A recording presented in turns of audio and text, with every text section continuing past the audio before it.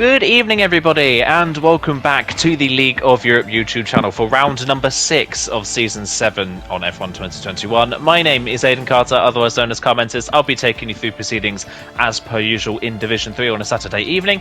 And joining me, as per usual, she's back after a week off. It is Jess once again, a bit of a sick Jess today, so everybody be kind to Jess, and hopefully the race isn't too stressful for Jess's voice. But Jess, apart from that, how are you doing this evening? Well, apart from that, I'm doing good. I like commentating on Silverstone. It's been on the F1 calendar since the very beginning in 1950, set on an airfield, believe it or not. And Silverstone is just a great track to race. It has so many iconic corners as well, and it produces some great battles too. So it should be a lot of fun and a lot of drivers to keep an eye on tonight, because in particular Brent, who did very, very well last season in Division 3, got a 4th place, and some other drivers that we need to look at as well. Tote's back after missing last week, so I expect him to be back on form as well this week.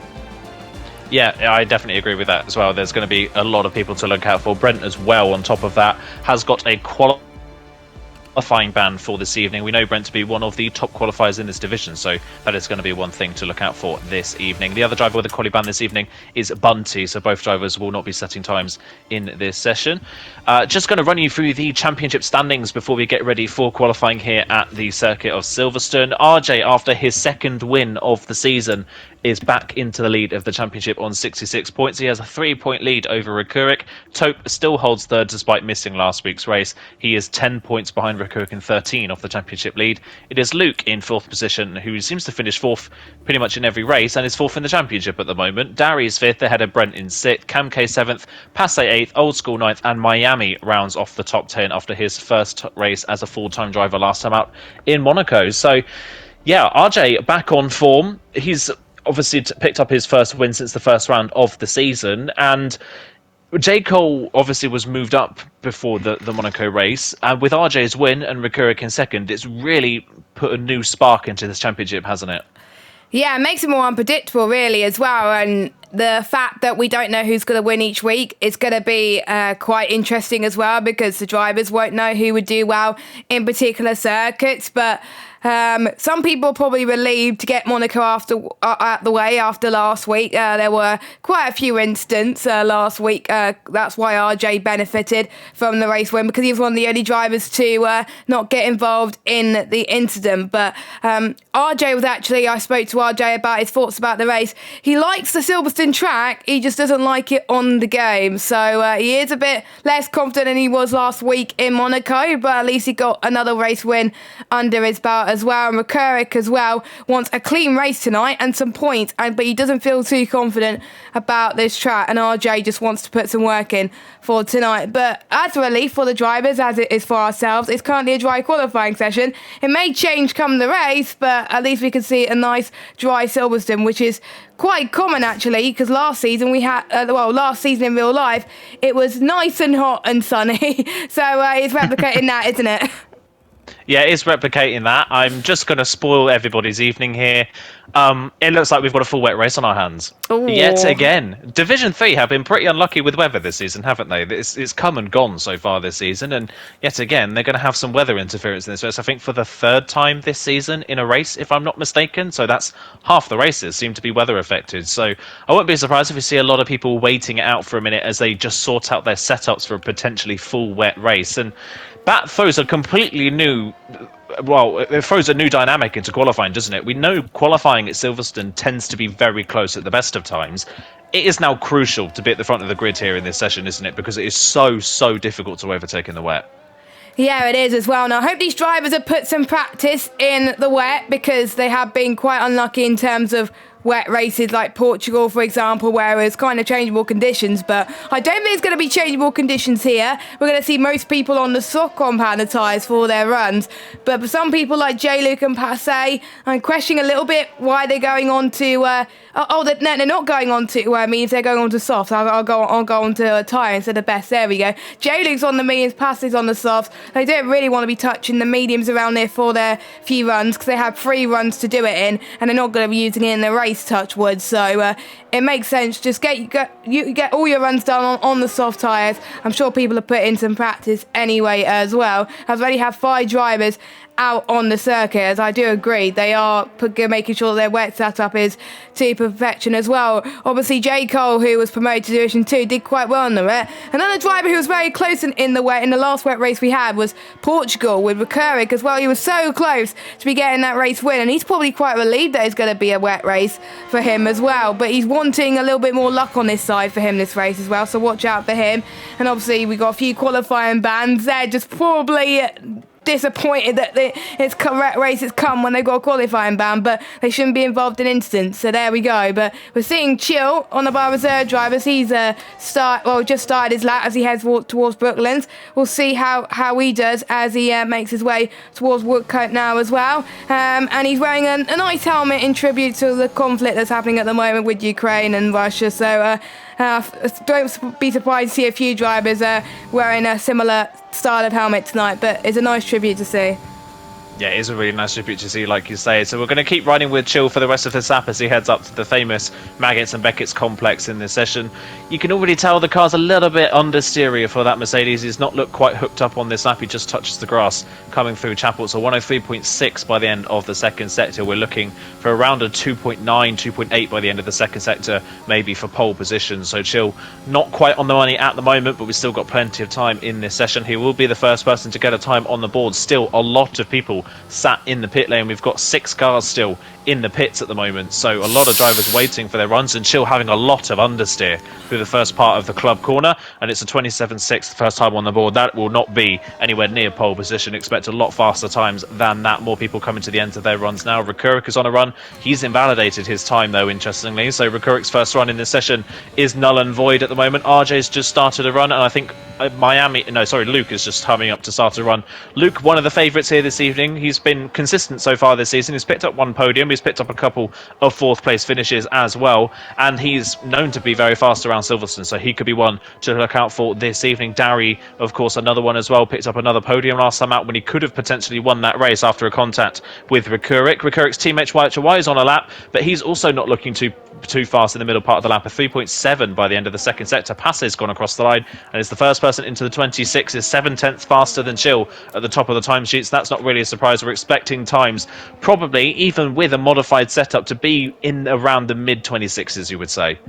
Yeah, I have to agree as well. So Passe's lap time already at the start of qualifying is a good benchmark for all the drivers to follow as well, but we are going to be seeing majority of people in the 127 to start with at the moment, as we're seeing RJ heading past Vel and into Club now to finish his lap.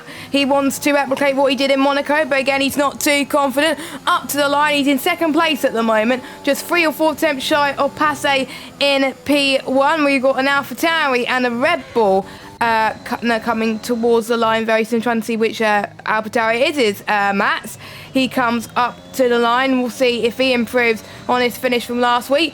P2 for him. That is a solid job from the AlphaTauri driver, a man who obviously was in Division 4 in pre-season but got promoted to Division 3 after his impressive Division 4 pace in pre-season, but it doesn't look like he's been getting podiums since then, and he wants to particularly get one here today as well. And in particular, some drivers want to do well for their home teams. I think half the grid has a factory based in the UK, so apart from, I think, AlphaTauri, Haas, Haas, I can't remember if Haas has a studio in the UK anyway, but they want to do well for their team. But also some drivers have a home race here as well, and you all want to win at home races, but everyone wants to win at Silverstone. I think J-Luke has not set a lap time yet. I believe he has invalidated. Darry has invalidated, like you said as well.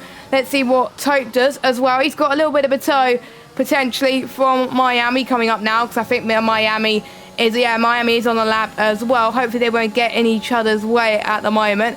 Surprised he hasn't set one yet, because he's usually the benchmark at the moment. A little bit wide into Cops, which has cost him a lot of time there as he now heads towards the famous Maggots and Beckett's complex before heading towards Chapel very, very soon. So easy to get it wrong, isn't it, around here? A few people could just spin off and that could ruin your lap completely. So you've got to nail your turns very, very well. Sector 2 looking decent so far. Not the fastest out of anyone. Passe still the fastest sector 2 out of most of the drivers so far. As he's running out of fuel, so he's probably going to be on low fuel mode for his in-lap, but he comes towards the final few corners now. So does Miami. So Miami will set the first lap for him. 127.1. Tope only goes 8 fastest though with a 127.3. Yeah, it seems like a lot of drivers are running compromised setups because everybody seems to be off the pace at the moment, don't they? And the problem with Tope's mistake in Cops, that any other corner that would be fairly innocuous, but that corner is so fast, and you need the momentum through Cops to carry into Maggots and Beckett's that it affects you for the next 4 or 5 corners on the lap. So, yeah, Tope, a little mistake there, costing him big time. Marty's on the lap now in the Alpine. Both Bunty and Brent have retired from the session. They are the 2 drivers with qualifying bans this evening, so they will start at the back of the field. Only 18 drivers here this evening as well, so not a full grid unfortunately tonight, but that will be some blessing at least to some of these drivers. Passe then still fastest, but remember, back to Portimao, Passe was really struggling in the wet conditions, had no pace whatsoever, so that could be very interesting if Passe's on pole starting at the front of the field. We'll wait and see how that one turns out. Marty then through the final few corners of the lap, through the club chicane and through the final part of club to cross the line. Marty crosses the line, goes P2 on a 27 flat onto the front row for the Alpine. His Alpine teammate Rex is just behind him. Rex only manages 10th on the grid. It's still very close actually if you think about it. From 2nd down to 10th, it's still just under 0.3 of a second. It's just the best part of half a second close to a second off where we maybe expected these times to be. Drivers not really feeling that confident at the moment around this track. Rekurik in the first sector, 27.6 is quite a way off the best that we've seen so far. Yeah, it is. I wonder what his sector 2 time will be as he heads towards this hanging straight in towards Stowe Corner. And I think he's going to be looking very impressive for pole position. Now, he's got a wet setup. He's looked very good in the wet before. Will he look good in the wet here as well? Only one way to find out. And sometimes you get pole in the dry, but you do absolutely rubbish in the wet. Sometimes you don't get pole in the dry and do very well in the wet. Rekurik's trying to improve that, but he only goes 8th fastest, but just a few attempts behind P1. That's how close it is at the moment. We got Passe on the lap right now, our calm pole sitter, past Farm and into Arena now, and they're heading towards the Wellington Straight. Sector 1 times we'll expect to be quite close between Passe and everyone else throughout the field. I'm sure he's got a few more attempts to find compared to everyone else as well, so he could probably go even faster. A few 100ths slower than his previous best, so his Sector 1 is not looking too tidy at the moment, but usually their second laps are not the best, and they all got to leave it to the final runs. But Passe is probably not too worried at the moment. He's on pole position, but there's still people that really want to improve, including this man in the Mercedes, Chill, as he heads towards Vale. A little bit of a squirm, he comes through the final corner.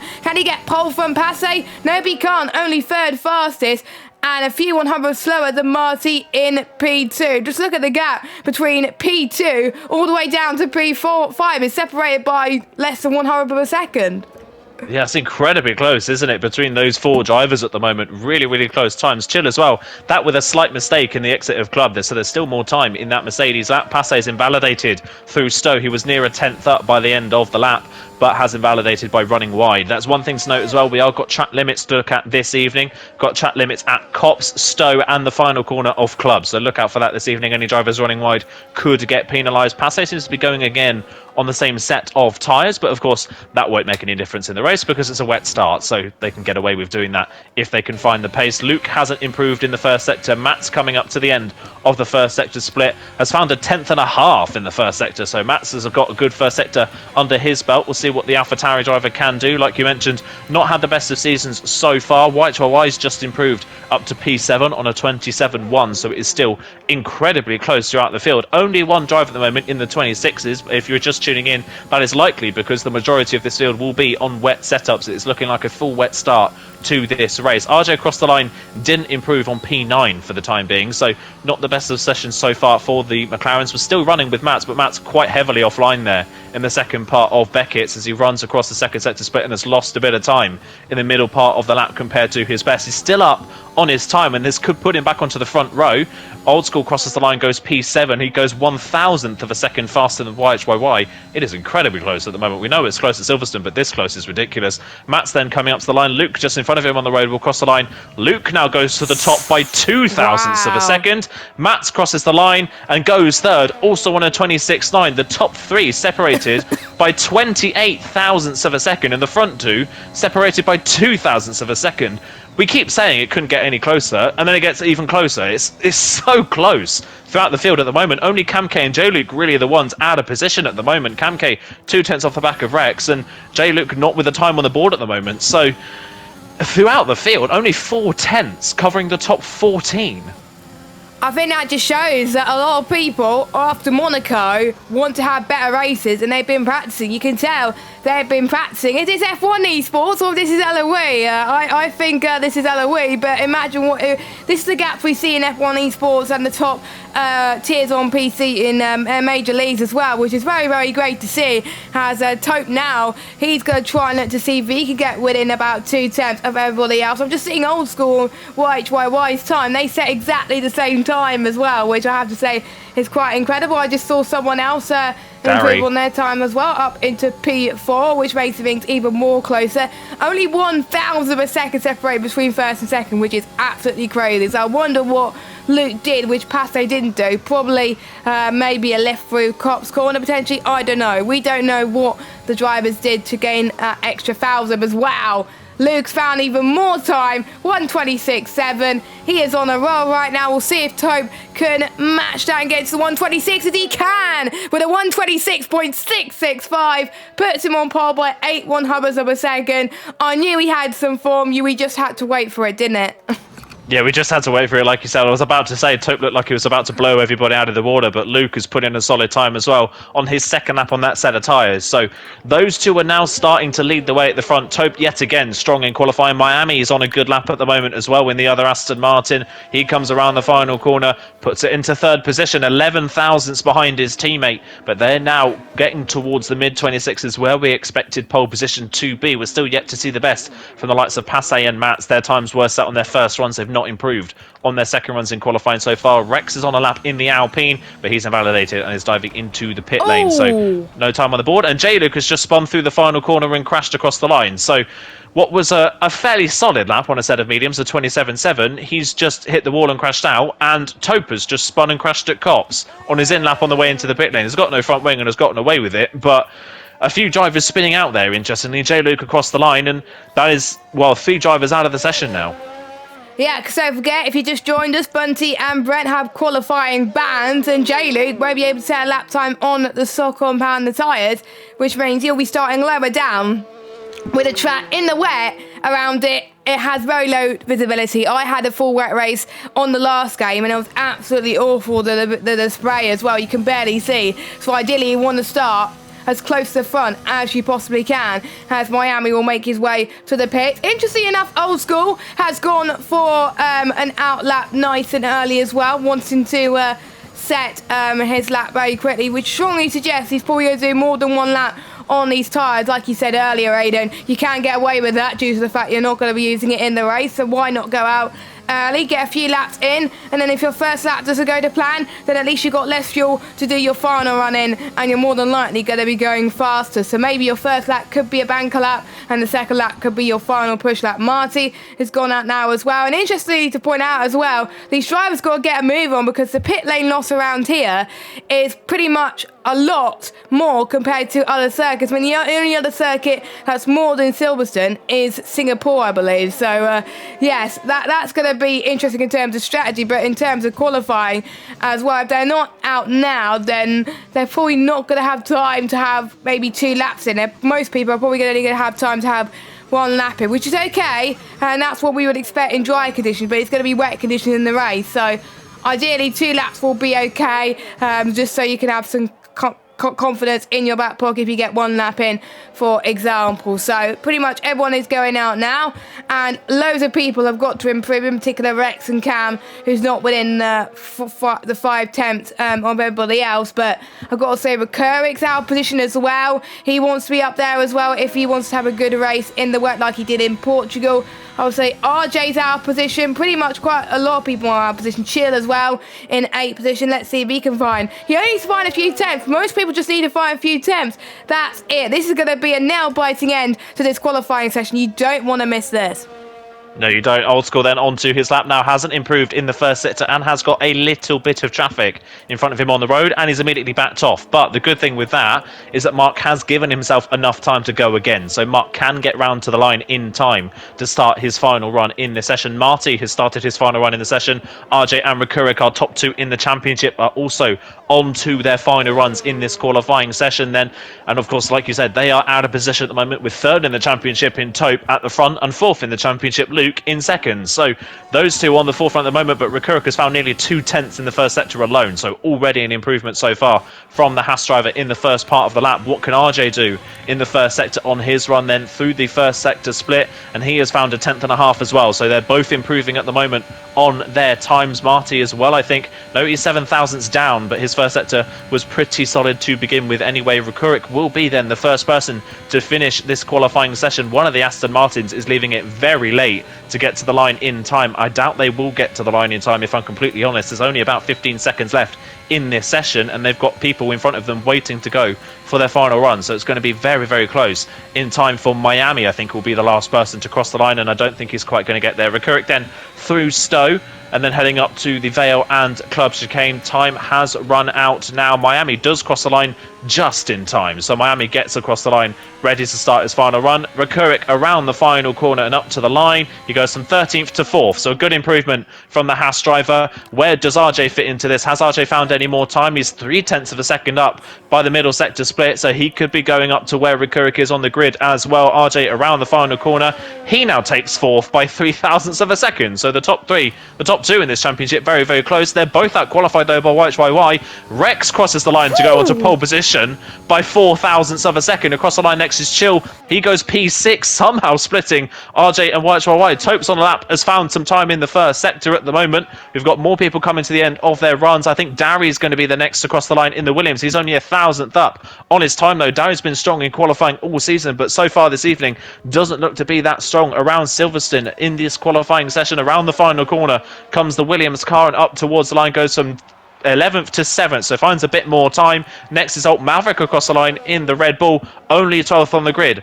for Alt Maverick. Passe will be next. Passe was the early pole sitter. He's back onto provisional pole with that final run. 26.608 jumps to the front of the field. Old School into 11th position. Luke though takes the top of the timesheets to the 26.5. What can Taupe do around the final corner? It's a 26.5. Taupe back to the top of the timesheets. Miami will be next. Camke crosses the line, only 15th. Miami crosses, and I think P2. That was P2. P2 on the grid then, so it's a P2 and 3 for the Astons. Passe almost took pole position, then it was Luke, and then it was Taupe. And Taupe and Luke look strong in qualifying all the way through. They remain at the front. Let's run you through, though, quickly that full grid order. Look how close it is at the front. Taupe on pole by 0.8 of a second over Miami in second position. Luke only 32 thousandths off pole in third. And Passe less than a 10th off pole is fourth. Rex in fifth ahead of Mats in sixth, who got a good run in at the end as well. Watchaway in seventh, had a Chill 8th. Darry 9th. RJ and Rakurik were fourth at one point with 30 seconds to go. They ended up 10th and 11th ahead of Old School 12th, Maverick 13th, Marty, Camke, J Luke, the people that set times in the sessions, even though J Luke's time wasn't representative. Bunty and Brent with qualifying bans as we head into a full wet race. The top 15 in the end, separated by just over half a second, and it almost couldn't be any closer at the front.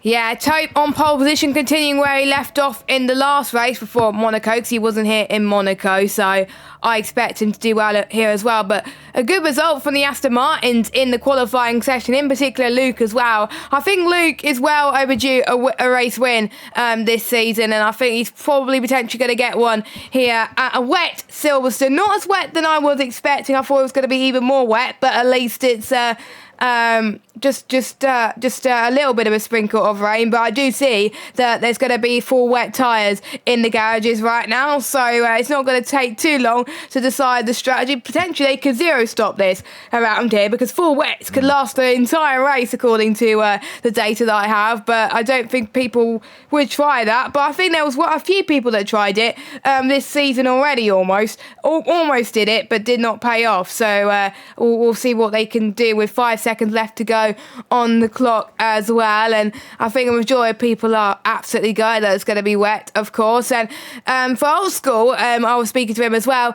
it's all about the keeping in the DRS train. Well, there's not going to be any DRS, so you're going to get your overtakes nice and early. And if you just stay ahead, then it shouldn't be a problem with the spray and everything if it's going to stay like this. We got the tyres up, but we don't need to see what tyres they're on because everyone's on the wet tyres. It's looking absolutely soaking out there right now. I wouldn't want to be in this weather, to be honest. I hope it's not like that in our races later on, but you know, we'll have to wait and see. It's typical British weather. We'll see if the Aston Martins actually work together because, don't forget, there's the constructors to think about as well. They're doing quite well, and the constructors actually leading the constructors on 126 points. Score points in every race. Their biggest point scoring haul was in Portugal, which was quite crazy in terms of weather. Can we see another race where Aston Martin performed very, very well? Because obviously Miami is replacing Jaco. Miami scored points in pretty much all the races he took part in. So could this be his big break, or will Luke be able to get the overtake? We'll find out very, very shortly. And will some weather goddesses who qualified quite low, will they be able to make their way high up in the grid towards the end of that race? Yeah, that's what I was going to say as well. A lot of the drivers we've seen so far this season that have been good in the wet conditions. Obviously, J. Cole, one of those, he is no longer in the division. Rakurik and RJ have been strong in the wet so far this season. They're 10th and 11th. Brent was strong in the wet in Portimao. He's last on the grid. Bunty's been strong in the wet conditions. He's 17th on the grid. So there's a lot of wet weather drivers further down the field. In contrast to people that aren't so good in the wet conditions, maybe people like Passe and maybe Rex are 4th and 5th on the grid. So they're a bit higher up. So it's almost like the grid is reversed in order of wet weather pace at the moment, it seems like. So we'll have to wait and see if anybody can get moves on. We know it is difficult to overtake in the wet, but a high-speed track like Silverstone, where you don't run a lot of downforce at the best of times, in wet conditions on full wet tyres, is going to be very, very difficult for these drivers. It's a high-speed circuit, so these drivers are going to have their hands full with these tyres. And because I'm quite sadistic in that nature, Jess, who are you predicting for this race win? I don't know. This season has been so unpredictable. I'm going to say Luke's going to get his first win with Tope a close second. Yeah, I think I might have to agree with you on that one. Luke has looked strong all season long. He's been consistent. Could he get that break that could throw him into the championship battle at the moment? Third in the championship is on pole position. Our championship leader is 10th, and second in the championship is 11th on the grid. So they're pretty spread out championship-wise on this grid. Everybody is lining up then for the start of the race in full wet conditions. It's going to be a gingerly start from a lot of these drivers. Who can get the best run in towards turn one and who can survive this first lap in these conditions? It's Tope and Miami on the front row. Lights are out very quickly and away we go, and it looks like Miami maybe has had the better start of the front row. They're squirming all over the place. Miami is down the inside for turn number one. Luke as well. J-Luke's already out of the session before they get to turn one. Luke has had a brilliant start and a virtual safety car before we've even got to the farm village loop section. Tope manages to hold on to the lead. Miami got such a good launch off the line. Oh, it's a full safety car. Okay, well, Miami, as Mats has got a time penalty, Miami got such a good launch off the line, but because he got such a good launch off the line, he was stuck on the inside line for Abbey and had to back out of the throttle. I think Tope has just let Luke back through, but then Luke has had to let Tope back through under that, so that's a little bit of a bit messy there. But yeah, Miami got such a good launch off the line. He ended up down the inside of Abbey, and in the wet conditions, being on the inside isn't necessarily the best option because he had to back out the corner, and because of that, he's lost out to his teammate. Yes, I saw a few cars in the background as well. Did not get the best of launches, and I think that was a Constantino effect, and that was probably why J-Luke was out of this race before it even begun. I'm just trying to see if anyone else has got front wing damage. Yes, it looks like Brent has got front wing damage, so probably Brent and J-Luke had a bit of a colliding together. I'm not entirely sure. Obviously, it was so hard to see with our cameras and the visibility, but Brent will have to go into the pits. Luckily, the safety car is a saving grace for him because he's last anyway. He can go for a fresh set of tyres and a fresh front wing, and he could go to the end of the race if he wanted to, which could be hard, but he can as well. And will some other people do exactly the same and go on to a fresh set of tyres until the end? But I'm sure most people will want track position with the way this is going as well, because if it's going to rain for the whole race, of course they want to try and do less stops than they possibly can. So I think the majority of people are going to stay out. There's no question about it. I'm just seeing who has, well, we can't really tell who's gained the most because literally the VSC happened pretty much before turn 1, pretty much through Abbey. So I think pretty much everyone stayed as they are. Darry has lost a bit of ground. I mean, I just saw someone going to the pits, actually. YHYY is going into the pits. He's underfueled the car, interesting enough, and he's probably glad that safety car's coming now. He's got a front wing change and I think fresh serve tyres as well. I think we go now for a Mayo, who's coming in with Bunty and Brent too. So 3 cars already going into the pits to change their front wing. Everybody else managing to keep out of trouble in the first lap. Yeah, everybody else keeping out of trouble. Like you say, Matt's with the time penalty at some point under that virtual safety car. So didn't quite see who that's with because no one else seems to have a penalty at the moment. So bizarre that only he's got a penalty and he's now racing Passe behind the safety car at the moment. Marty has spun coming out of Aintree and hit the wall before on the Wellington Straight. Okay, that is a very bizarre incident for Marty under the safety car. I don't know if he was weaving to get the tyres up to temperature or whether he just dropped the car avoiding somebody. Not quite sure, but Marty's out of the race. Another note on J-Luke as well. I thought J-Luke may have had some contact. By the sounds of it, J-Luke dropped the car on his own midway down the straight. He was wheel spinning so much that he just dropped the car in a straight line and ended up in the pit wall, which is a real shame for J-Luke that his race ended that quickly and Marty's race has ended in such a bizarre way. 2 people out of the race already then. So Marty and J-Luke have succumbed to the conditions. The conditions are torrential, to say the least. The rain is absolutely lashing down. I didn't realise why I had a front wing change. I thought he was coming in for a set of intermediate tyres, and if he was, he'd be absolutely mad because it is absolutely chucking it down at the moment. It is so wet out on the track. Tope leads from Luca Miami at the moment under the safety car period. It looks like the safety car is going to stay out for another lap, which will only make these wet tyres last that much longer. And like you said, if the conditions stay like this, it should be relatively easy for these drivers to get to the end of the race without having to make a stop for tyres.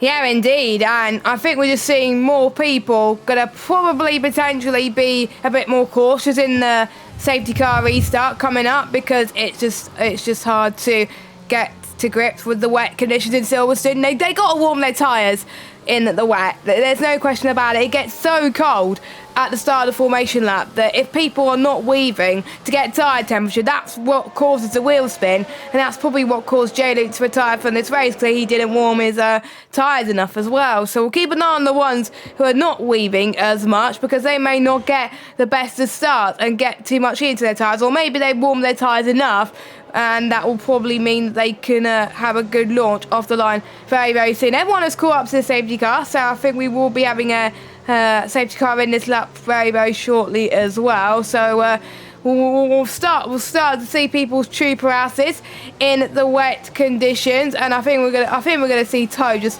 run away with it at the moment. But Luke had a very good start, and he was P3, so I wonder if he's gonna do the same into the safety car restart, but he's going to hope that Tope's been caught napping because I think that's the only way you can get into the lead of this race as well. You can see, I think Luke's getting look like he got more traction compared to his Aston Martin teammates. He seems to be more comfortable, but let's not forget, some drivers may have forgotten that it was a wet race, so they may not have wet setups. That's probably why some drivers may have had good times, or maybe they just good in the dry or the wet, who knows. But we're about to get underway.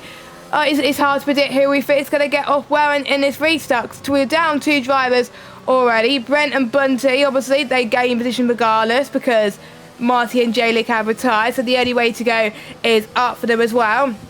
And McCurrick is still down in 11th position.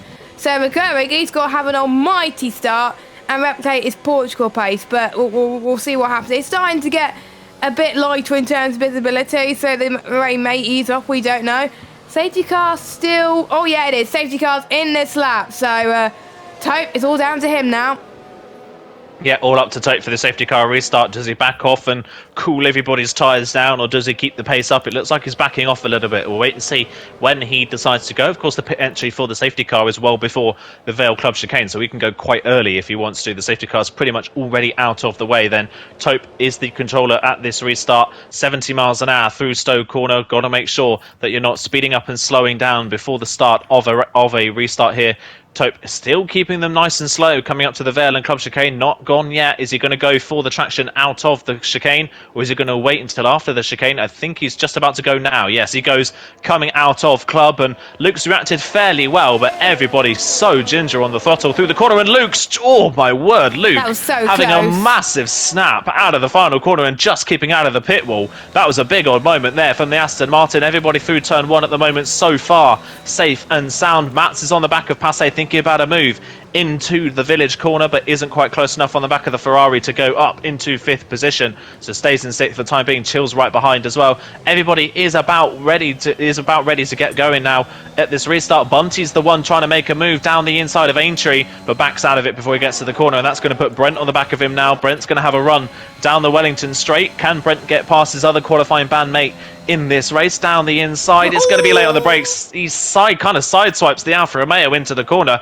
He hit the brakes and didn't really turn for the apex of the corner. Brent trying to get down the inside of Lovefield now as they head up towards Copse Corner. Who can get the best traction on the exit of the corner? They're still side by side as they run through Woodcote Corner and up towards Copse. One of these two is going to have to back out. Surely it's Brent, because the Alfa Romeo's got the line on the inside, gets down the inside but understeers wide, and Brent does the switchback on the exit. It took a while, but Brent gets the move done on the exit of Copse. Nice move there. And in front, Alt Maverick is the first driver really struggling in that Red Bull. He is 1.1 seconds behind Rekurik and has got his teammates swarming all over the back. Rekurik's on the back of Old School now as well for a run up towards Stowe. He lost the pace to Old School on the first lap. Can he get it back up towards Stowe Corner around the outside? It's going to be a bold move from the Haas. Really late on the brakes and gets the move done. That is a lovely move from Rekurik, proving exactly why he is one of the strongest drivers in the field in the wet conditions. He'd sent it on the brakes around the outside of Stowe. That's difficult enough in the dry, but in the wet, he made that look far too easy. That looked incredible from Rekurik at the moment, and he's looking like he's closing up to RJ already, so it shows that he means business here in Silverstone and he wants to get past ASAP. There's standing water on the track as well, so that's going to be hard, and there's still spray to contend with too, but I think we're seeing Old School trying to fight back for Rekurik as well, so they head past Arena into the Wellington straight now, which is probably going to be easier said than done. But I was watching Taupe's restart and it looked absolutely insane. He was just on it pretty much from the get-go, and he's already a second clear of Luke Luke's in second place and Taupe's in first place, so he's doing very well. Don't forget, he had a drive-through penalty in Portugal when it was last had wet affected running, and he made it all the way to the podium again, I believe, as well. So he's another driver to keep an eye on in these wet conditions heading towards Copse Corner. It is getting lighter, the rain as well, so it may suggest that the rain could be drying up. I thought it was going to be a full wet race, but it may just be like this for the rest of the race. We're not entirely sure, but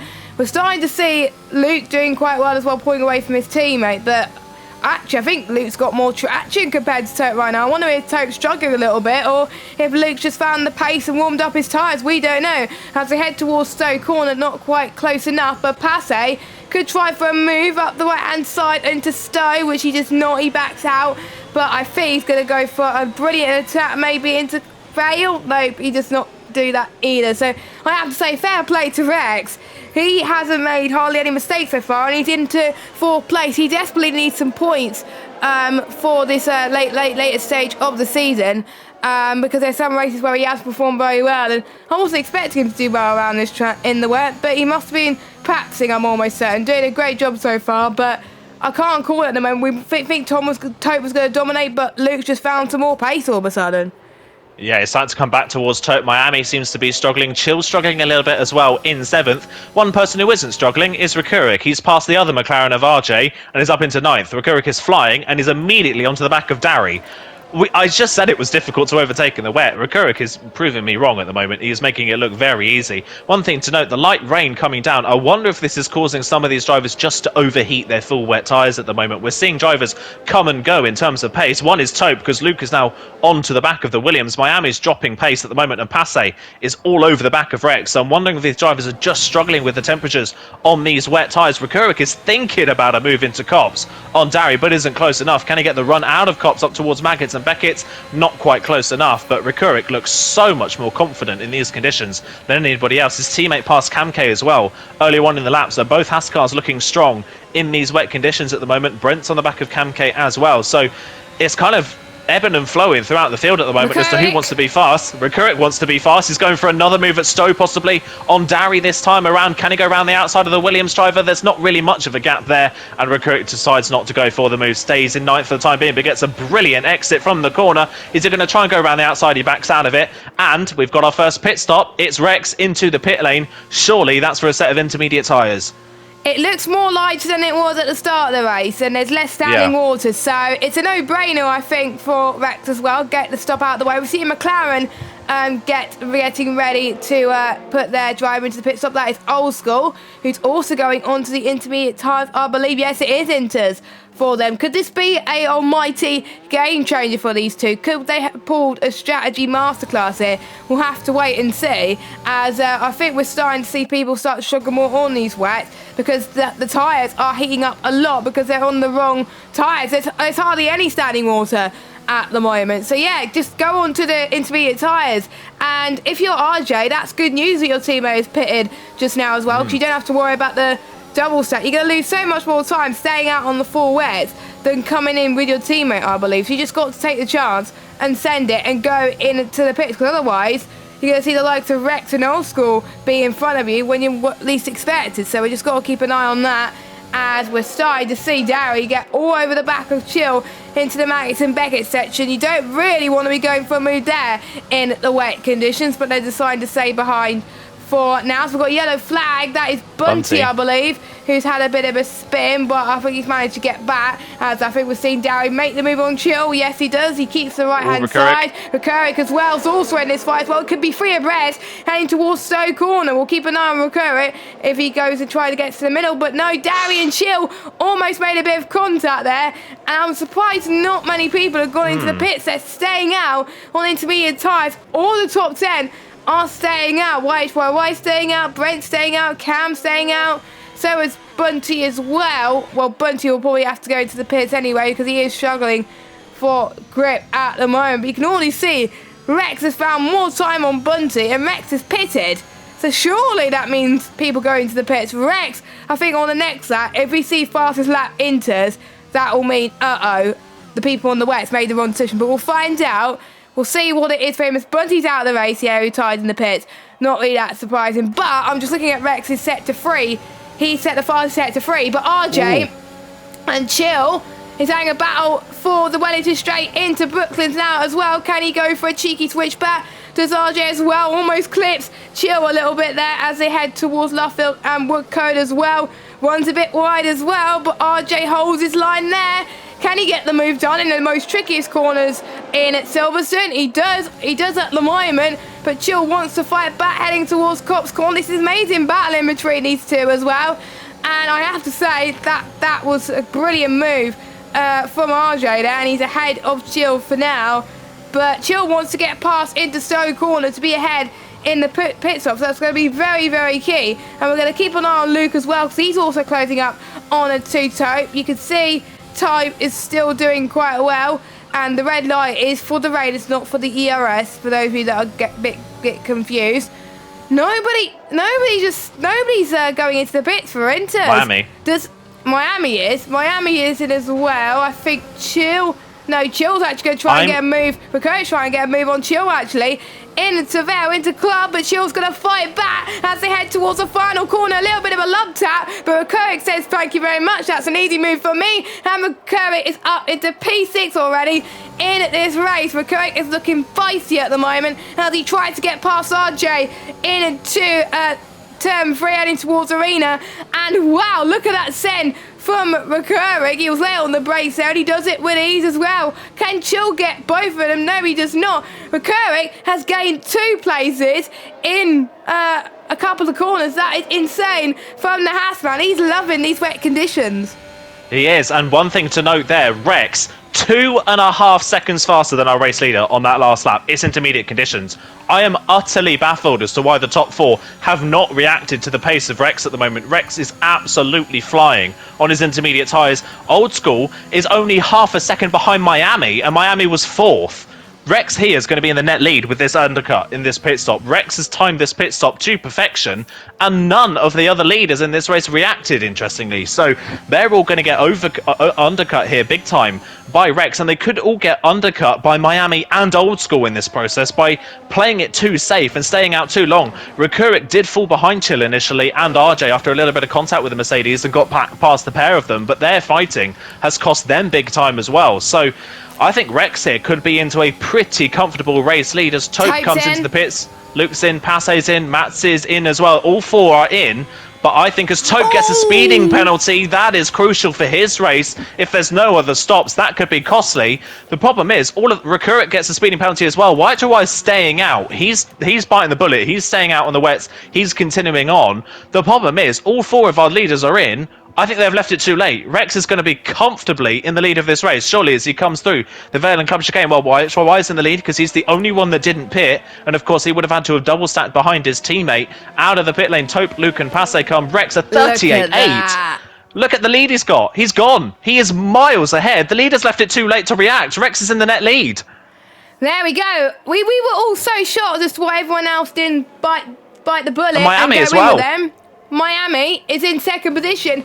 Tope just about gets undercut by Miami, which is so annoying for the Williams driver. It shows how Tope is really, really fast, and Old School's behind this as well. He's going to have warmer tyres compared to the likes of Tope, so he's going to try and get the move. He's a little bit further behind, but Rex did this strategy beautifully. So did Miami.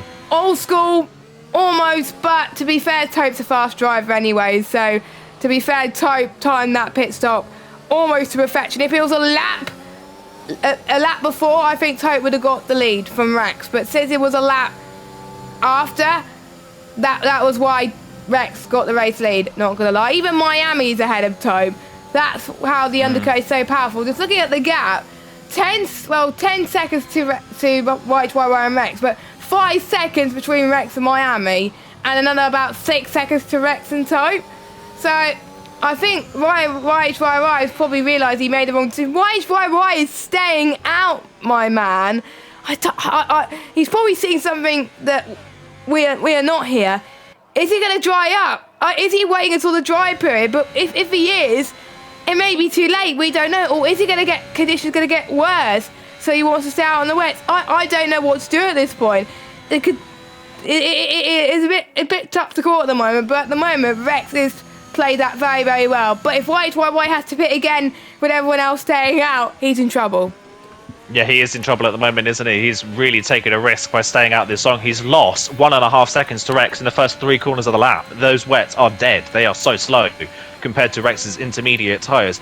I am still completely baffled as to why no one reacted to Rex's pit stop. It wasn't like Rex was at the back of the field. Rex was running in 4th, so Rex was right up there with the leaders. He pitted 2 laps earlier than everybody else, and no one reacted to Rex's pit stop.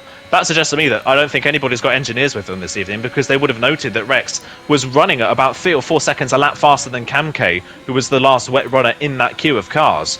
So, yeah, I'm still completely baffled as to why they didn't react to that to Rex's pit stop. Old School as well. Old School jumped from a net 12th to now a net podium position. He's done this already this season in Austria when he wasn't running at the front of the field, but by not getting penalties and being smart on strategy, he got a podium finish. He's been smart as well in these conditions. As soon as it's turned close to intermediate conditions, he's jumped in, and now Miami's got a penalty, so now Old School's running in a net 2nd from when he was running in 12th earlier on, with the penalties of the 2 cars in front.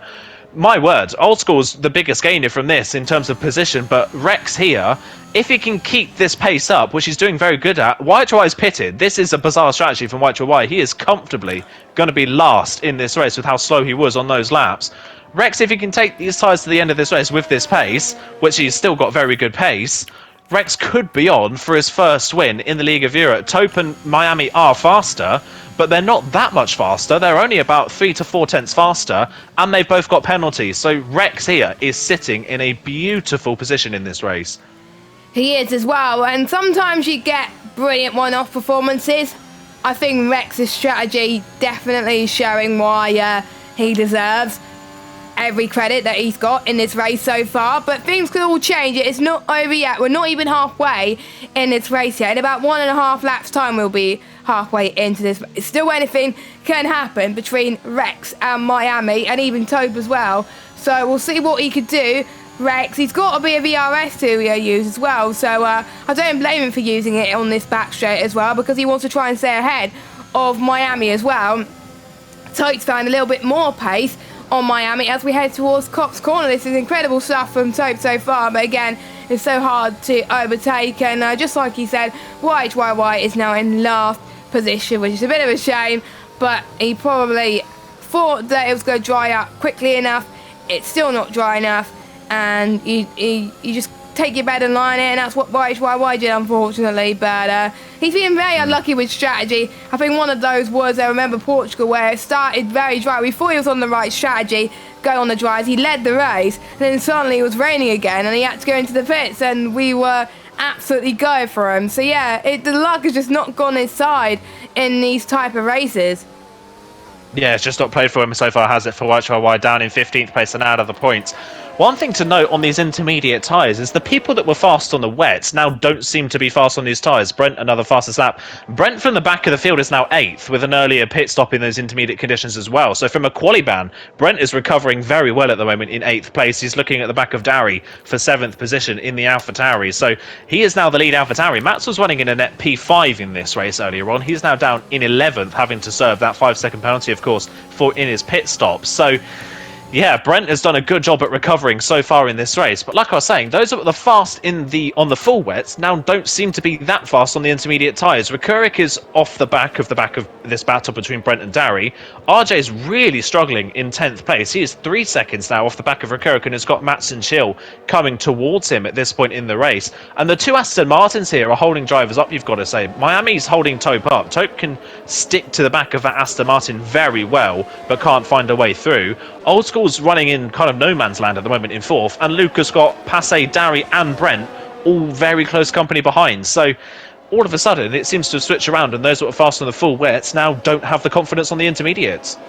Yeah, it's the same thing that I have as well usually on this game. I'm very, very good in the full wets, but in the inters I struggle a little bit more as well. So it may be down to the people having a full wet setup rather than a compromised balance setup where it can take intermediate tyres as well, potentially, which is why they're losing so much pace. And, you know, some people are losing ground, but we're starting to see Old School doing well on the intermediate conditions as well. But he's got Luke for company as well, and who knows what could happen with the likes of Luke and Passe trying to catch up as much as they can. Passe, I thought, was going to struggle a little bit there.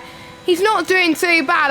I questioned on whether he had a dry setup with the laps that he did in qualifying, but I'm sure he means that he's got a little bit of a compromised setup as well, potentially as well, but we'll have to wait and see. We're halfway into this race now. Rex is leading from Miami in 2nd, from Tope in 3rd.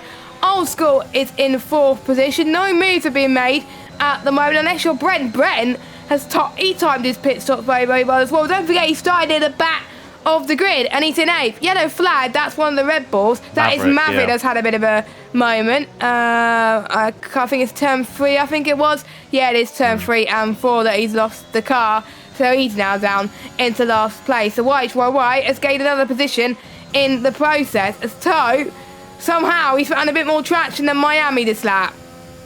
Yeah, he's starting to up the pace a bit more now as Tope, isn't he? Miami's falling back now from Rex, interestingly. Is RJ the next driver with a time penalty in this race? So still not going our championship leader's way. Remember, our championship leader is RJ. He's 10th. Rekurik is 9th, but Rekurik wouldn't take the championship lead.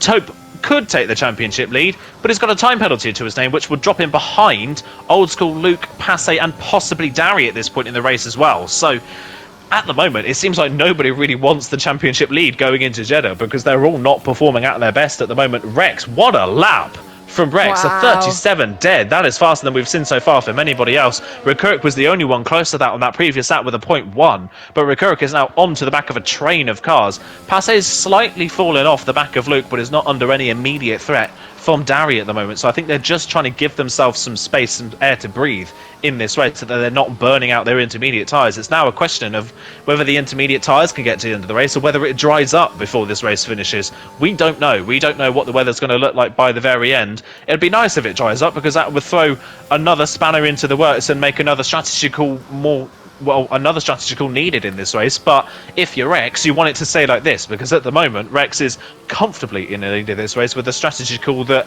has played perfectly for him. Old School as well, that pitted on the same lap, is doing a brilliant job in 4th position, having running in 11th place earlier on, pitted on the same lap as Rex, and has gained 6 places in the process. So yeah, brilliant strategy call from those two. It's settling down a little bit in the race now, as it usually does in intermediate conditions. We're not struggling as much for grip in the intermediates as we were in the full wets, and it's still pretty difficult to overtake in these conditions unless the driver in front is making mistakes. So drivers are just starting to settle down. The only one that seemingly isn't is Dari, as Maverick has crashed out of Luffield. Is that a safety car? Yes, it is. That is a full safety car. I doubt we're going to see people into the pits for a fresh set of intermediates, because we know the tyre wear is not big here, but what that does is close the pack right up again, so that puts a bit more pressure on Rex. The good thing for Rex, though, is that both the drivers immediately behind him on track have penalties, so he's not really under any immediate threat. He is not as well. Rex hasn't done many restarts in LOE history, so it's a true test for him. I would be absolutely nervous if I was in his shoes at the moment, so he's got to perform very well as well and see what he could do under pressure. Don't forget, Rex's best result was a P5 in France, and that was wet as well. All the others, he either scored 1 point, no points, or DNF'd. He DNF'd in the last race in Monaco, and he DNF'd in Portugal as well. He has been that consistent this season, Rex, but he's got to show that he's fighting for a place in the league. He's 13th at the moment in the standings, so not too bad. He's carrying on 11 points. The winner gets 25 points, so that would jump him so many positions in the standings right now if he was to finish this way as well. Miami and Tobe were probably gutted that the safety car has come out, because they've got penalties. Same with Kurek, RJ, Chill and Cam. Everybody else is probably, because they're going to gain a lot as a result. Old School is a net P2. Luke is a net P3. Yeah. I don't know what to say for this strategy call. There's not really much else to talk about at the moment. I'm just completely baffled that no one followed Rex and Old School into the pit lane on their laps. I mean, we could see that the wet weather the rain was lighter and the standing water was going. Drivers must have known that the intermediate conditions were coming. And from historic races, we know that you need to get off the wets as quickly as you feasibly can, because the second it transfers into somewhat intermediate conditions, the inters are a faster tyre. There's more rubber on the track, the wets are more susceptible to overheating, so the quicker you can get onto intermediate tyres, the better.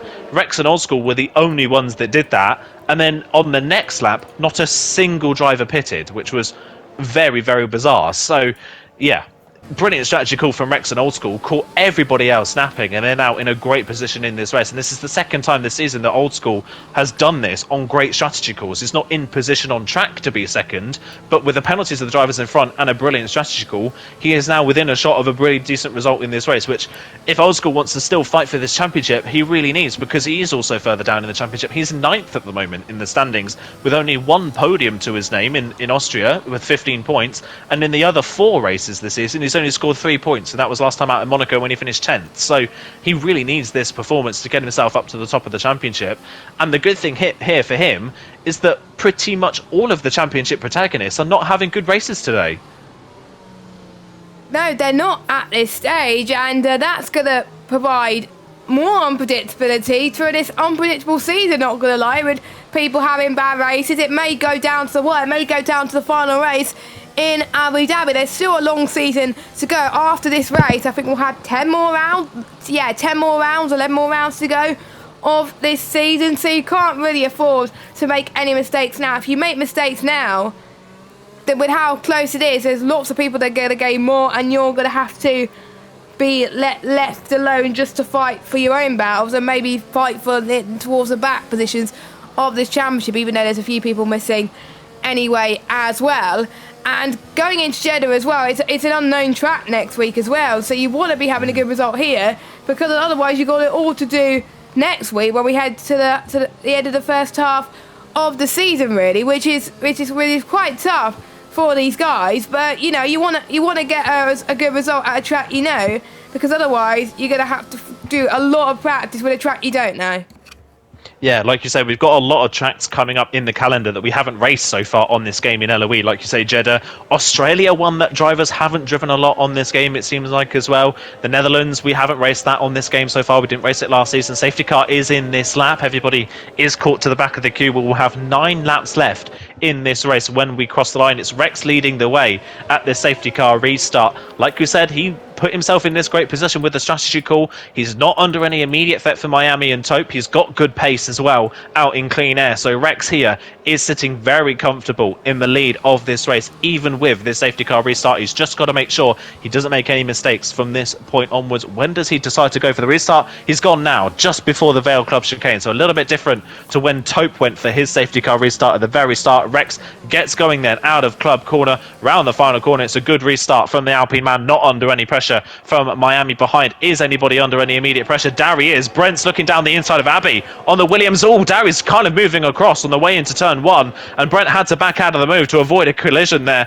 Darry holds on to 7th, but Brent steaming around the outside of turn number 2 is going to have the inside. We've seen this already from Brent today. He's forceful with his overtakes in these conditions. Darry will have the inside line for the loop. He's forceful back to the AlphaTauri. They make more and more contact. That was always inevitably going to happen. Darry spins off the front of Brent. They were both very aggressive with one another. Neither one of them wanted to back out. Brent didn't back out of the outside of the loop, and Darry spun off the front of the AlphaTauri, and all of that good progress that Brent has made since the first lap has all been undone. And yet again, for the second week running, Darry caught up in another incident. Chills had a spin now at Luffield. It's all going on at the safety car restart a bit further down the field. Camke, I think, may have a spun as well in the Red Bull. But yet again, Brent, from a good position, is throwing points away.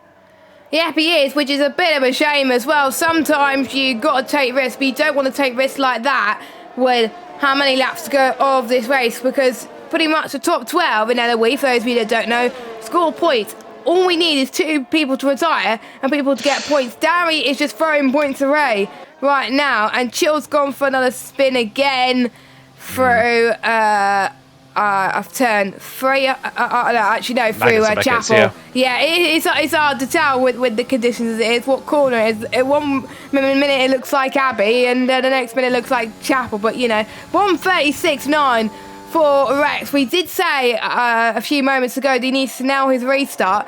He had a very good restart. He didn't let the likes of Miami and Taupe get past as well, and he's still able to push fastest laps like no tomorrow. I mean, he's absolutely nailing it right out there as he was struggling a bit of traction going out of arena into the Wellington straight, but I have to say he's doing a lot better than expected right now in these in the safety car. Usually people like him buckle under pressure. He's definitely not so far. I think he can handle this. I think he even put in the chat that he was a bit scared, I think, a bit sceptical, but to be fair, Rex, you're doing a good job out there, and he's going to hope it does not dry out, because he's in a good position to win this race. Everyone else around him, apart from Old School, of course, has a penalty, so the gap between him and Old School is around about a second or 2. Yeah, he's got a good enough gap at the moment to the other drivers around him that don't have penalties. Like I say, Luke is still in a net 3rd place in this race, but with that truncated safety car restart, he has lost a bit of time to Miami. So Miami could still salvage a podium out of this race with that 3-second time penalty, because Luke, since he's put on these intermediate tyres, has not looked that confident. Passe is on the back of him, but Passe can't get close enough to make a move to the Aston. They're just not as fast as the top 4 at the moment, are the drivers in 5th and 6th. They're being caught by Rekurik ever so slightly, but Rekurik also has a time penalty in this race, so that's going to affect him. That's going to drop him behind Mats. Mats has passed RJ at the restart as well, so he's somewhat recovering in this race from that slow pit stop. Yet another fastest lap from Rex, a 36.6. So he is really going for that point, isn't he? As now it's a 36.2 from Rekurik to completely blow that fastest lap out of the water. But Rekurik at the moment needs all the points he can get down in 7th if he wants to take the lead of this championship. At the moment, I think he would miss out with the fastest lap. He would take the champ. Actually, I think him and RJ would be level on points as it stands if he gets the fastest lap. We'll wait and see when the checker flag drops, but it's very close between those drivers at the moment. Rex still leads. 7 laps to go when we cross the line. Got a yellow flag in sector 1. Brent's gone for another spin. Yeah, this has kind of been the story of Brent's season, hasn't it? He's had so much potential all season long. But with bizarre strategy calls and mistakes in the middle towards the end of races, he's thrown away, you've got to say, at least 3 or 4 podiums this season. And Brent, from a quali ban, could have been fighting for a top 6 finish in this race and has yet again blown another result.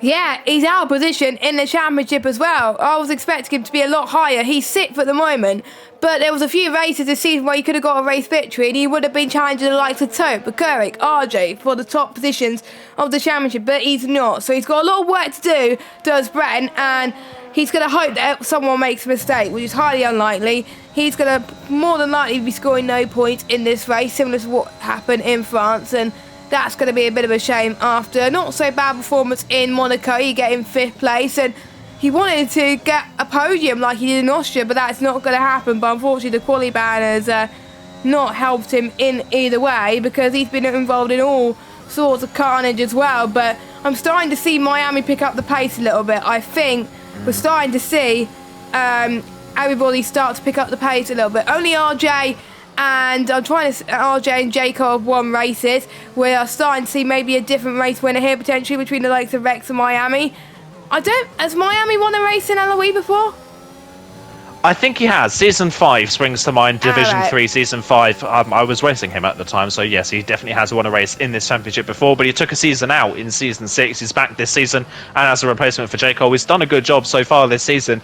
Miami still could, like we said earlier on, be on a potential podium here because Old School is losing pace. Luke is losing pace to these top 3 at the moment, so Miami could still salvage a podium position out of this race. Tope is unlikely to do so because his penalty is a 5-second penalty for speeding in the pit lane, so he'll drop a lot further back as it stands. So yeah, Miami could still salvage something from this race, and Miami's not that far down considering he missed the first 2 races because he was a reserve. He is only 10th in the championship at the moment, so this is a good race for him as well. This race is turning the championship on its head at the moment in these early phases because it's throwing new people into the ring for this championship battle at the moment. All of our top 3 in the championship are not having good races. Bukurik is 7th but with a time penalty, RJ's 9th but also with a time penalty, and Tope is 3rd but also with a time penalty, so they're all going to drop when the checkered flag drops at the moment. Bukurik is now onto the back of Passe trying to gain places, but you've got to say if he goes for these overtakes it's just going to slow him down and it's going to put Matt back into range. So really, if Bukurik wants to salvage 7th, he's just got to sit in 7th and hope that these guys can still pull away from Timat. Exactly, because Tim Matz as well, he's got no penalty, so he's going to gain a lot from this as well, but quite a few people have got 3 seconds, so I think Matz will need to get a move on. He's got to close in quite a lot to Bukurik as well to pretty much get rid of the damage that he has done for some races this season at least, but we'll see what happens. But Bukurik, he's trying to get rid of that damage right now as he's going to try and see if he can get past it into Brooklyn. He's just not a little bit too further back right now. We are starting to see a possession at the moment at this stage because A, it's wet, B, there's no DRS, and C, you can't overtake in positions like this due to the long train and dirty air that you're going to be getting at the moment. So Bukurik, he has used a lot of VRS as well, same with Pass. I think everyone's around about the 40% range, 59% range right now, so they've got to manage their ERS effectively as well, and it can make the difference between whether you ready to get on the podium or even the top 5 finish than getting, like, say, P10 or P11 at the moment. I think we're starting to see more penalties coming to fruition. I feel quite a few drivers are on their second warning, so one more warning and they get a time penalty. As Passe is looking quite good as well for some good positions as well, but I don't. So a few people saying this, but they think it's going to dry up. I don't think it's going to dry up enough to go on to dry tyres. I definitely don't think. I think it's going to stay inters.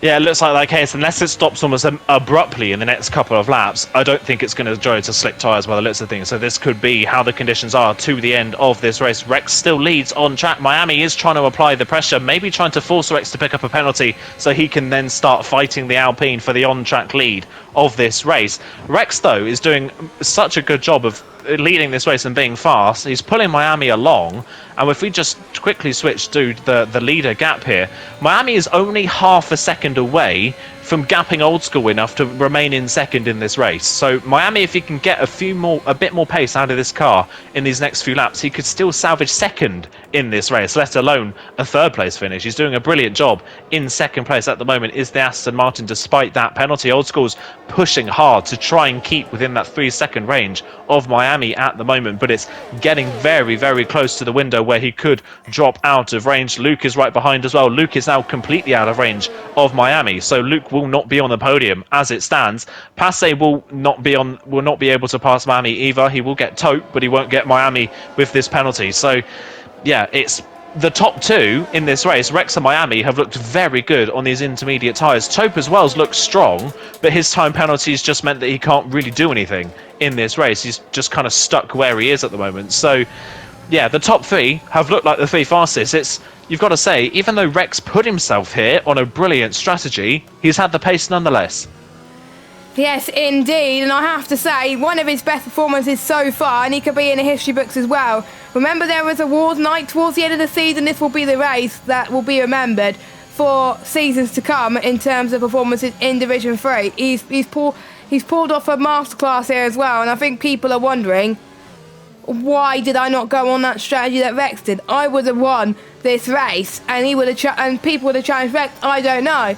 And I'm looking at the gap between Miami and Old School. It's quite tight between who's going to get the podium out of Miami and second place out of Miami and Old School. I don't know. They're going to get podiums regardless due to Tope's 5-second penalty, unless Tope could pull out a miracle between Tope and Old School, which will be quite difficult with how many laps to go of this race. But anyway, we'll find out very shortly. I have to say, I was not expecting Rex to stay in the lead for this long. I'm definitely not. And he's just been pretty much one of the best performances I've ever seen strategy-wise. Sometimes you got to have good pace. Sometimes you got to have good strategy. And this race win has come down to strategy more than pace today. Even though he's pulled the pace to keep Miami and Tope behind, the win has come down to strategy. Yeah, brilliant strategy from Rex, and I agree. I thought he may have fallen back in the wets in the start of the intercept, may have fallen back into the clutches of those that qualified at the front, but he has done well nonetheless. He was setting fast sap after fast sap earlier on. It was him and Rekurik trading blows for faster sap. Brent now has the fastest sap, but he's on a fresh set of intermediates and out of the point, so he won't score the point for fastest lap. What it does do is take the fastest lap point off of anybody else, and the way it's going, I wouldn't bet against this championship being won by maybe 1 or 2 points. It is so close with so many drivers at the moment. Old School has lost a little bit of time on that lap. He's now about 2/10 safe to Miami. He is teetering on the edge of losing the second place. He will still be, like you say, on the podium, so it's still a podium result from where he was earlier in the race, but he is just about to lose possibly that second place. Passe almost losing 6th on the road to Rekurik, who looks so strong in the corners, but Passe seems to have a faster car in a straight line, so Rekurik can't really get anywhere near close enough to the back of the Ferrari to go for a move, and if he does go for a move, it's not really worth anything anyway, because Passe doesn't have a penalty, so he'll just take the place back on penalties. Mats is still within range of Rekurik as well to take that 7th place in this race, so Mats still right within range. RJ is in behind in 9th. RJ's not had the pace today. It's been a bit of a shame really from RJ, hasn't it? He had a great race in Imola. He struggled a little bit for luck. He had good pace in France, but had damage on the first lap. He had solid pace in Portimao, but wasn't near the fastest people. Had a bit of a horror show of a race in Austria. And then we thought he was back to his winning ways. He was back to his winning ways in Monaco, and we thought he was back to his usual ways of being at the front of the field. But here at Silverstone, RJ's been kind of invisible. He has, which is a bit of a shame, to be honest, but I think at least he's still going to get some decent points, because the ones who have got more penalties probably won't get any points anyway, despite the fact that RJ's got 3 seconds. But sometimes you have bad luck, and I think that's what RJ is showing today as well. But you got to talk about the consistency for RJ. He either gets a race win or he gets a bad result. There's nothing in between for RJ. Even though he's leading the championship, he's going to lose a lead for this championship at the moment, because I think Tope is finishing so many positions ahead of him right now as well. Oh, Passe! Ooh. That was kind of like a rallycross style drift there, heading past from farm down into arena there, but he just about saved the car there, as Rekurik has taken advantage of that and said thank you very much. Rekurik's up to 6th position, so but Recurric's got the 5-second time penalty, whereas Passe does not. So Passe will be able to try and get P6 or a net P6 anyway. So there's hardly any rain now. There's hardly any rain, but obviously since we're on the final lap of the race, this is intermediate conditions. Most people have been on these tyres for about 15, 16 laps. Rex and Old School have been on these tyres for 18 laps. And Rex is about to cross the line very soon, touch wood, to win his first ever LRE race. And what a week to do it. Yeah, what a week to do it. What a race it has been. It's been anything but a simple race. We thought the wet race may be a little bit boring, maybe a bit of a procession, but it's been a game of strategy, and Rex has pulled a blinder on strategy today. When he pitted early for intermediates and no one else reacted to him, he took full advantage, and even with a late safety car restart, it can't stop him from winning this race. Rex then, around the final corner, will take his first win in the League of Europe. Rex wins the Silverstone race, the British Grand Prix. Old School Gears does get second by 0.3 of a second in the end. Miami will keep the podium by 0.3 ahead of his teammate Luke, but what could have been for Aston Martin today. Passe ends up 5th. Taupe, with his 5-second penalty, drops down to 6th position. Mats gets 7th ahead of Waichwawai. Waichwawai beat his teammate to the line in the end, so Recurric ends up down in 9th position with his penalty. RJ in 10th ahead of Dari after that contact with Brent at the safety car restart. Kamke will get the last points position in this race, 1 solitary point for the Red Bull driver. Rex, though, gets the win. The top 2 are the 2 people that pulled the blinder on strategy. That is not a coincidence. They did the best on strategy today. They get the best reward for it. They read the weather, to be honest. They were looking at their Jeffs as well. They were keeping an eye on the conditions as well. They were seeing what was happening on the track. They were seeing there was less standing water, and to be honest, I said to it there was a no-brainer that Rex and Old School pitted, and I was definitely right there. And Old School got drive of the day, but to be honest, I have to give Old School and Rex drive of the day, both of them, because they pulled a good performance in terms of strategy, but Rex definitely deserved this race victory. Hopefully this won't be the last race victory we see him in LOE. Hopefully this will be the start of many race wins to come for the Alpine driver, and Old School was so close to race victory, didn't get it, but I'm sure he'll be happy with second. To be fair, after looking at it, what he said to me with his thoughts about the race, he was definitely not expecting a podium. Yeah, brilliant result in the end for Old School. Like I say, Rex then, his first win in LOE. Hopefully this is a moment of the season for Rex and not a best one-off performance of the season in the awards later in the season. That will be great to see if Rex can be up there for the rest of the season. But the Alpine driver is the first driver, other than RJ and J. Cole, to win a race this season. He gets it for Alpine. Old School with his second podium of the season. Both of those drivers pulling off a great strategy today. Miami gets the final spot on the podium. Luke in 4th ahead of Passe in 5th. Taupe 6th. Mats, Waichwawai, Recurric, RJ, Dari and Kamke round off the points. Chill and Brent did finish the race. Brent with the fastest lap, but he will not get the point for the fastest lap. He is out of the points. Maverick, Bunty, Marty and J. Luke, your 4 retirees from what was maybe not the most eventful race, but a very interesting race in the end. And we were maybe expecting a bit of a procession. It wasn't a procession. It was a game of strategy, and they played an absolute blinder. Yeah, exactly, and they're going to need it, especially heading into Jeddah next week with the likes of some people not liking Jeddah, so it will be interesting. So we are going to try and invite the top 3 into interviews, so hopefully they've made themselves available to us, fingers crossed. But yeah, let's hope that they've put Britain behind it for some of these people. A lot of people were out of position and will need an absolute miracle in Jeddah next week to actually climb their way out of the championship. Brent and Dari especially. I think Brent and Dari could have been the drivers to have done a lot better, and because of that, the likes of Luke, Old School and Passe have benefited, and they're going to climb up as a result of that. I'll try and see if I can get the top 3 in for interview now.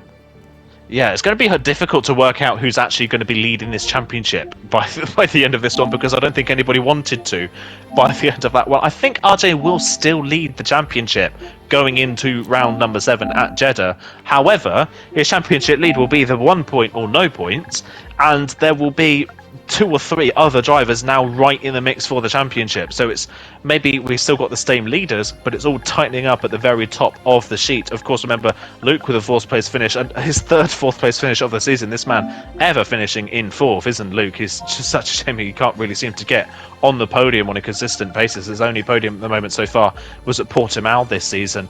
But yeah, another consistent result from Luke, you've got to say, in this race. He's putting himself possibly up there in the championship. It's just a shame that seemingly Luke doesn't seem to have that maybe extra 1% to get him onto the podium and get himself those race wins.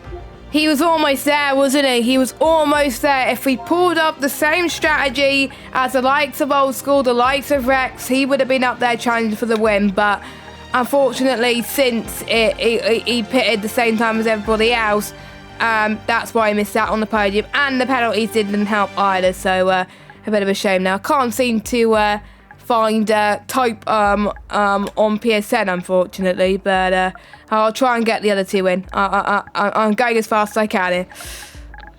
Yeah, I think it's Miami actually we need to get in, isn't it? It's Miami. Oh yeah, it's Miami, podium, of course. So people can find Miami to get into brain fog.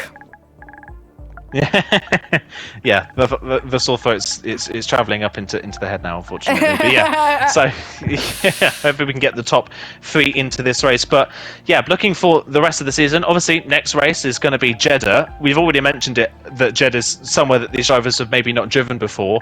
Jeddah, that's going to be a race of survival, isn't it? Penalty survival, keeping it out of the wall. It is a very difficult track to master. Yeah, I have to say, if they're not good at Jeddah already, they need to put some practice in, because we'll be able to tell next week. Well, you'll be able to tell next week because I won't be here. People will be able to tell who has put in the practice and who hasn't. So you can tell if people make mistakes, and we see what happened in Monaco. Let's hope we do not have a repeat of what happened in Monaco. Let's hope that they keep it clean as well, and if people are not confident about this track, maybe just playing it safe may be the best option, getting out of the carnage, and that will reward them in the long run and get the best results. Yeah, hopefully they get the best results, like you say, that from Jeddah. That's going to be very interesting. We are very, very close now to the midway point in this championship. We are not far away, and it's great to see that our first of the podium sitters has joined the party. IRT Rex, before we start, Rex, can you just double check and make sure that your voice is streaming in party so that we can all hear you on stream? Yep. Brilliant stuff. Well, Rex, welcome to the podium interview booth for the first time this season. That race from you, it was a fairly solid start, getting up into 4th in the early phases, but that race for you was all about that strategy call. Talk us through that strategy call. It was just really... I had the stream going on in the background, I normally do, and I was just looking at my tire temperatures, and that's really what gave it away. So I figured, well, I really have nothing to lose, just only gain, so I went on the inters, and obviously it worked out. Yeah, obviously paid off for you in the end. I guess obviously you came in, I think it was like 4th in the intermediate tyres that you came into the pit lane. Were you surprised that people didn't react to that quickly enough? Obviously, Old School was the other driver to come into the pits on the same lap as you, but nobody came in on the lap afterwards. Were you surprised by that? I was honestly surprised that they didn't come in after I did the fastest lap. They were staying out for like, I think 1 or 2 people came in, and then the rest of them came in after like a lap after that. I was kind of surprised on how long it took them to realize, but I don't mind it. Me and Aiden were shocked, Rex, as much as you were. So yeah, completely shocked by that one. And then, of course, end of the race, we did have that late safety car, but of course the good thing for you was that it's wet conditions. We know it's difficult to overtake in the wet, and Miami and Tope directly behind you on the track both had penalties to your name. So was the end of that race more about just making sure you didn't make any mistakes? Yeah, I had 2 warnings, probably I think I got both of them on the same lap, like lap 10. So it was, after that safety car restart, I was really trying to push, but not do it to the limit of me getting another penalty, another warning I should say, to get a penalty. But honestly, I was just pushing. I knew I didn't have the most amount of pace, but in the end it worked out. Yeah, it worked out brilliantly for you in the end. Jess, have you got anything you'd like to ask? Yes, going into Jeddah next week, a lot of people tend to struggle with a track they don't know before. A, have you driven Jeddah on this game? And B, what are you going to do to try and replicate your brilliant performance going into Jeddah next week? I have done a couple of laps on Jeddah, but that is with my wheel. So I have not yet done any laps in the recent times. That was when the track first came out. So I've only done like one race there, but that was with F2 cars, so a little bit different. Looking forward to seeing what you can do next week then. Thank you. Brilliant stuff. Yeah, congratulations on your first win of the season, Rex, and yeah, congratulations once again. So hopefully we'll maybe see you in the podium booth this time next week. We'll move on to our second place finisher then, and it is old school. Second podium of the season, Mark. And coming in circumstances you maybe weren't expecting. We just had a chat with Rex about strategy call. Talk us through how that came into your head as well, how you decided to make that strategy call so early on. Big shout out to Killer Blue 195 because he did something very similar last season in D2 in a different game. So I just got overheating. Obviously I'm on pad, but I thought, okay, let's give it a go. I'm stuck in this straight. I was running 911 wings as well, so I was running a full wet setup, and I knew I can't believe some of the times people were pulling in quali. I was like, they must be on dry setups because I know I can do like a 2.2 or 0.3. It's one of my better tracks. So, but I stuck with the game plan a bit. But yeah, it all just kind of fell together a little bit, really. I think the safety car helped me because I think Miami would have got away from me, and maybe even Rex. No, not Rex. Taupe. Sorry, Taupe. Would have got away. But yeah, no, it's good. It's great. It's small points on the board for me. I think I might have messed up too much too early this season, but a lot of the wheel tracks are out of the way now. So there's some very beautiful pad tracks coming up. So who knows? We'll see. Yeah, I'm looking at round 8 specifically. That's going to be one definitely you're looking forward to. I know that much. Of course, we'll talk a little bit about Championship. Actually, obviously, it's been a little bit of an up and down season so far for you. Second podium of the season. The good thing, at least for you, is your Championship leading teammate didn't have the best of races, and really none of the Championship leaders had a good race today. So you're closing in on the Championship lead. It's still very, very close at the front of the field. So I guess, what is your strategy going forwards in terms of trying to get in this championship fight? Well, it was very awkward because I was in a party with Luke, HD, and RJ, and the problem I had is that they're two of the people that I think are going to be right at the end of it. And they said, "How the others?" I was like, "They're okay," and I can see my times going green and green and green, and I'm like, "I don't want to tell you. This is really quite awful." But because, and the funny thing is, all three of us are, you know, I think we've always normally at least two of us are around each other, and Luke was pushing me like hell through that. So yeah, I don't know. It's just I can't DNF. I can't go up to Scotland on a Saturday for a while. I don't know. To be honest with you, if we can get the constructors, that's awesome because Luke and Miami are pretty fearsome. So I think that'll be a good battle. Yeah, that's definitely looking like it's going to be a good battle. Jess, anything you'd like to ask? Well, like I said to Rex, we head to Jeddah next week. How are you feeling about that? Oh God, honestly, the only reason why I do well at half of these tracks is because I've driven them for 20 years.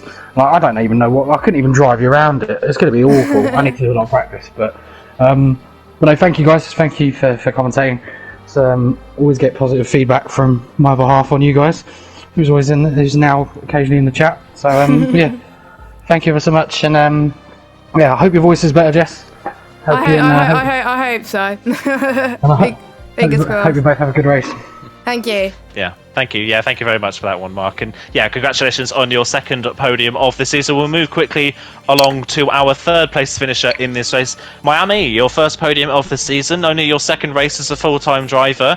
Brilliant pace from you in the end, but unfortunately just that late pit stop for the intermediate tyres didn't work out in your favour. Talk us through that race from your perspective.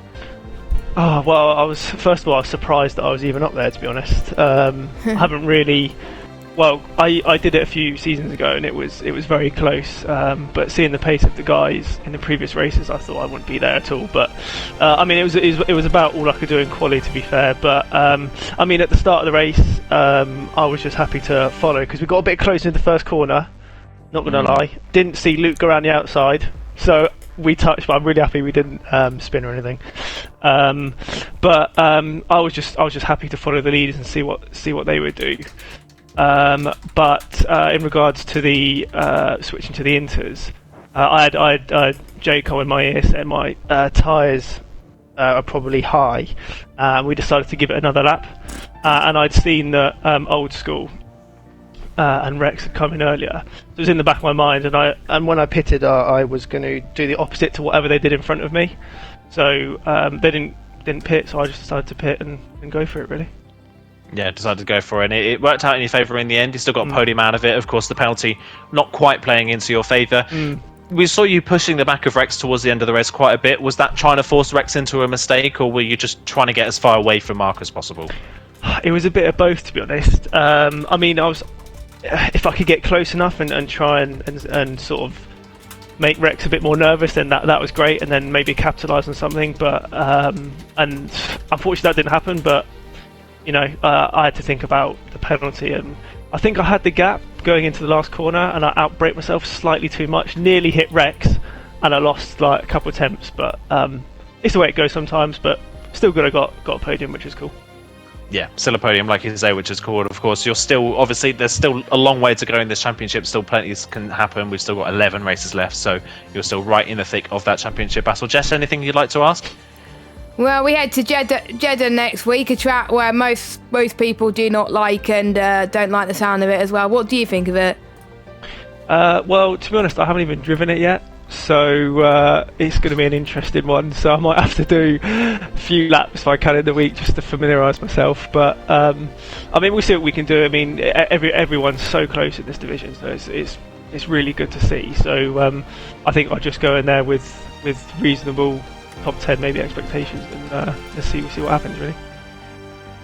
Yeah, brilliant stuff. And yeah, congratulations on your first podium of the season. Thank you for joining us in the party for the end of this stream as well. Looks like Jeddah's going to be a pretty interesting one. It seems at the moment nobody that we've spoken to seems to like Jeddah, so I don't think anybody's going to want to win Jeddah. It seemed like nobody wants to lead the championship after this race, and no one wants to win the next race. So this is going to be a pretty interesting middle point of the season, you've got to say. Jess, anything you'd like to add before we round off the stream tonight? Well, I have to say, even though it